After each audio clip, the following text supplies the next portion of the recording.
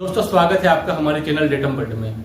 4 मई 2026 पश्चिम बंगाल विधानसभा चुनाव के नतीजे आते हैं और उसके कुछ ही घंटे बाद पूरा राज्य फिर एक बार राजनीतिक हिंसा की खबरों से भर जाता है। कहीं आगजनी, कहीं बमबाजी, कहीं गोलीबारी, कहीं पार्टी कार्यालयों पर हमला और कहीं आम लोगों में डर का माहौल। सवाल उठता है, आखिर बंगाल में चुनाव खत्म होने के बाद भी हिंसा क्यों नहीं खत्म होती? कौन लोग इसमें शामिल है? क्या यह सिर्फ दो पार्टियों की लड़ाई है या इसके पीछे दशकों से बनी एक राजनीतिक संस्कृति काम कर रही है? आज हम पूरे मामले को विस्तार से समझेंगे। हम जानेंगे कि 4 मई के बाद आखिर क्या क्या हुआ, किन राज्यों में तनाव बढ़ा, बीजेपी और टीएमसी एक दूसरे पर क्या आरोप लगा रहे हैं, पुलिस और केंद्रीय बल क्या कर रहे हैं और आखिर यह पूरा मामला बंगाल की राजनीति को किस दिशा में ले जा सकती है। सबसे पहले समझते हैं 4 मई इतना महत्वपूर्ण क्यों था। 4 मई 2026 को पश्चिम बंगाल विधानसभा चुनाव के परिणाम आए। इस चुनाव को सिर्फ एक राज्य का चुनाव नहीं माना जा रहा था, इसे पूरे देश की राजनीति के लिए बहुत बड़ा संकेत माना जा रहा था। चुनाव प्रचार के दौरान माहौल पहले से ही बेहद गर्म था। बीजेपी और तृणमूल कांग्रेस यानी टीएमसी के बीच आरोप प्रत्यारोप लगातार चल रहे थे। दोनों पार्टियां एक दूसरे पर लोकतंत्र को कमजोर करने और हिंसा फैलाने का आरोप लगा रही थी। जब नतीजे आए तो राजनीतिक समीकरण पूरी तरह बदल गए।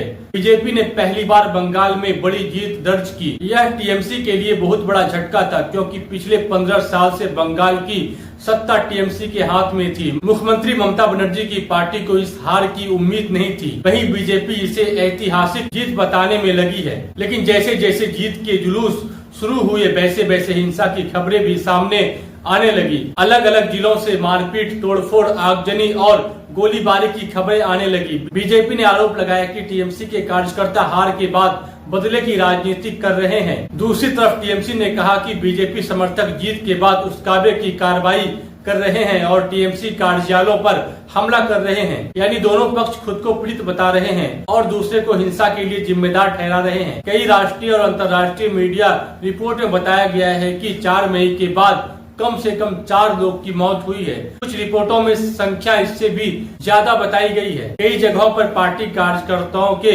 घरों पर हमला होने की बात सामने आई।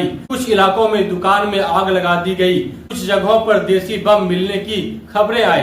सबसे ज्यादा चर्चा जिस घटना की हुई वह थी बीजेपी नेता शुभेंदु अधिकारी के करीबी सहयोगी चंद्रनाथ रथ की हत्या। रिपोर्ट के अनुसार उन्हें गोली मार दी गई।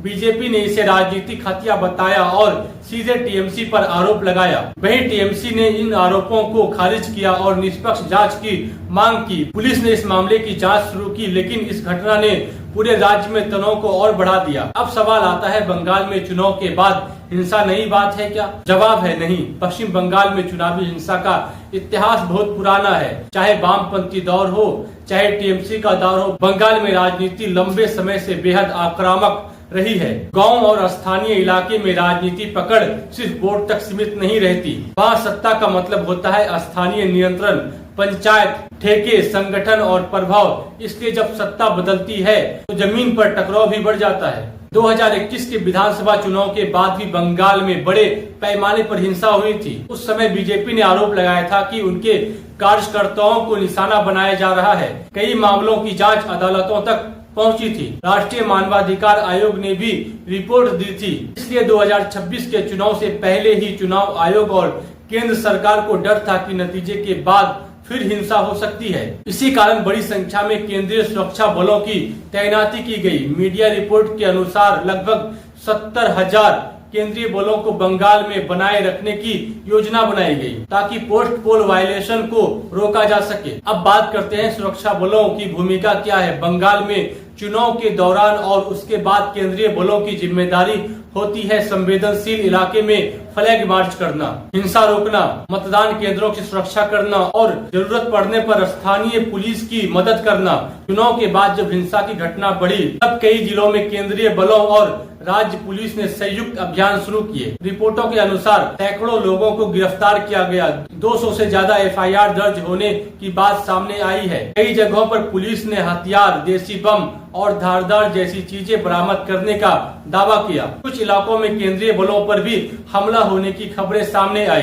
संदेश खाली जैसे इलाकों में सुरक्षा बलों और स्थानीय समूहों के बीच टकराव की बात सामने आई। लेकिन यहाँ एक बड़ा राजनीतिक विवाद भी शुरू हो गया। बीजेपी समर्थकों का कहना है कि राज्य पुलिस पूरी तरह निष्पक्ष नहीं है और कई जगहों पर टीएमसी के दबाव में काम कर रही है।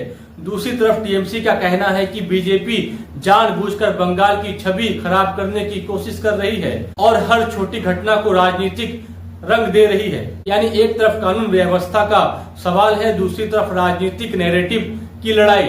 सोशल मीडिया ने भी इस पूरे मामले को और ज्यादा विस्फोटक बना दिया। 4 मई के बाद ट्विटर, फेसबुक, यूट्यूब और व्हाट्सएप पर सैकड़ों वीडियो वायरल होने लगे। कुछ वीडियो में लोगों को दौड़ाकर मारते हुए दिखाया गया, कुछ में एक पार्टी कार्यालय को तोड़ते हुए। कुछ वीडियो पुराने थे लेकिन उन्हें नया बताकर फैलाया गया। कई वीडियो की पुष्टि नहीं हो पाई, इसलिए इस पूरे माहौल में अफवाहें भी तेजी से फैलने लगी। यही कारण है कि किसी भी वीडियो या पोस्ट पर तुरंत भरोसा करना खतरनाक हो सकता है, क्योंकि बंगाल की राजनीति में सूचना भी एक हथियार बन चुकी है। हर पार्टी अपने समर्थकों को यह दिखाना चाहती है कि वही पीड़ित है और दूसरा पक्ष हिंसक है। अब एक और महत्वपूर्ण सवाल है, क्या यह हिंसा सिर्फ राजनीतिक कार्यकर्ताओं तक सीमित है? दुर्भाग्य से नहीं। जब किसी इलाके में राजनीतिक तनाव बढ़ता है तो आम लोग भी प्रभावित होते हैं। दुकानदार डर के मारे दुकान बंद कर देते हैं, लोग रात में बाहर निकलने से बचते हैं, बच्चों की पढ़ाई प्रभावित होती है, छोटे व्यवसाय रुक जाते हैं, कई परिवार डर के कारण दूसरे इलाके में रिश्तेदारों के घर चले जाते हैं। बंगाल में कई जगह राजनीतिक सामाजिक पहचान से भी जुड़ चुकी है, इसलिए कभी कभी राजनीतिक संघर्ष स्थानीय समुदाय के बीच तनाव का रूप ले लेती है। यही वजह है कि चुनाव खत्म होने के बाद भी डर खत्म नहीं होता। अब सवाल उठता है कि आखिर यह हिंसा कौन कर रहा है? इस सवाल का सीधा और आसान जवाब देना मुश्किल है, क्योंकि हर घटना में अलग लोग हो सकते हैं। कई इलाकों में राजनीतिक कार्यकर्ताओं पर आरोप लगे हैं, कुछ मामले में स्थानीय अपराधी गिरोहों के शामिल होने की बात कही गई है। कई जगह पर व्यक्तिगत दुश्मनी को भी राजनीतिक रंग दिए जाने के आरोप लगे। पुलिस कई मामलों की जांच कर रही है, इसलिए बिना अदालत और जांच के किसी एक पार्टी को हर घटना के लिए पूरी तरह जिम्मेदार ठहराना सही नहीं होगा। लेकिन इतना जरूर है कि बंगाल में लंबे समय से राजनीतिक हिंसा की संस्कृति मौजूद रही है। चुनाव को कई जगह सिर्फ लोकतांत्रिक प्रक्रिया नहीं बल्कि शक्ति प्रदर्शन की लड़ाई माना जाता है। यही वजह है कि हार और जीत दोनों ही कई बार हिंसा में बदल जाते हैं। अब जरा राजनीतिक दृष्टि से समझते हैं कि यह हिंसा क्यों बढ़ती है। जब किसी राज्य में लंबे समय तक एक पार्टी सत्ता में रहती है तो उसका स्थानीय ढांचा बहुत मजबूत हो जाता है। पंचायत से लेकर ब्लॉक स्तर तक उसका नेटवर्क बन जाता है। ऐसे में अगर अचानक सत्ता बदलती है तो जमीन पर शक्ति संतुलन बदलने लगता है। पुराने प्रभावशाली लोग अपनी पकड़ खोने से डरते हैं, नए लोग तेजी से नियंत्रण चाहते हैं। यही टकराव हिंसा में बदल सकता है। बंगाल में यह स्थिति और जटिल इसलिए भी है क्योंकि यहाँ राजनीतिक पहचान बहुत गहरी है। यहाँ पार्टी सिर्फ चुनावी संगठन नहीं बल्कि सामाजिक नेटवर्क भी बन जाती है। गाँव में लोग अक्सर राजनीतिक पहचान के आधार पर समूहों में बंट जाते हैं, इसलिए चुनाव के बाद बदले की भावना का खतरा बढ़ जाता है। अब बात करते हैं केंद्र सरकार और राज्य सरकार की।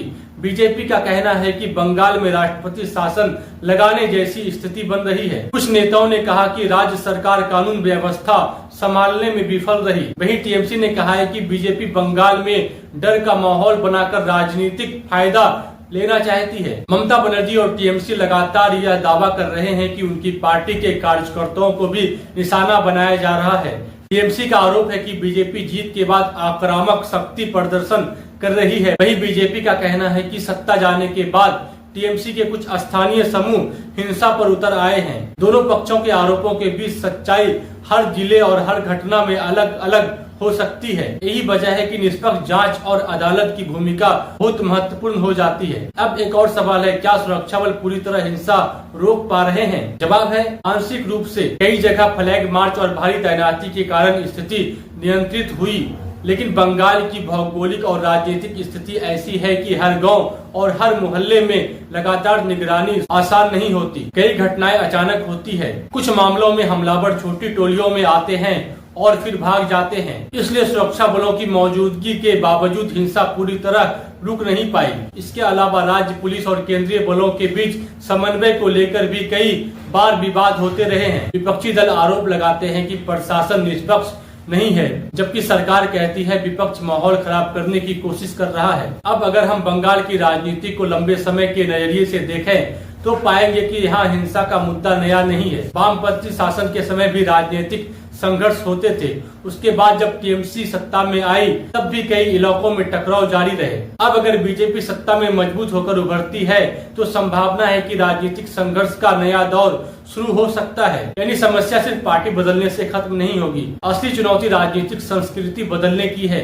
लोकतंत्र में चुनाव का मतलब यह होना चाहिए कि लोग वोट दे, सरकार बदले और फिर सामान्य जीवन जारी रहे। लेकिन अगर चुनाव के बाद लोगों को डर लगे, अगर पार्टी बदलने पर घर छोड़ना पड़े और जीत का जश्न हिंसा में बदल जाए तो यह लोकतंत्र के लिए गंभीर खतरा बन जाता है। अब बात करते हैं मीडिया की भूमिका की। कुछ मीडिया संस्थान बीजेपी के पक्ष की घटनाओं को ज्यादा दिखा रहे हैं, कुछ मीडिया संस्थान टीएमसी के दावों को प्रमुखता दे रहे हैं। सोशल मीडिया एल्गोरिदम भी वही वीडियो ज्यादा फैलाते हैं जो भावनाएं भड़काते हैं। इसलिए आम लोगों के लिए सच और प्रचार के बीच फर्क करना मुश्किल हो जाता है। इसी बीच इंटरनेट पर कई फेक वीडियो भी वायरल हुए। कुछ वीडियो दूसरे राज्य के निकले, कुछ पुराने दंगों के वीडियो थे जिन्हें बंगाल का बताया गया। इसलिए किसी भी वायरल क्लिप को बिना जांच शेयर करना गलत जानकारी फैलाने जैसा हो सकता है। अब सवाल यह है कि आगे क्या हो सकता है। हमारे साथ बने रहने के लिए थैंक्स।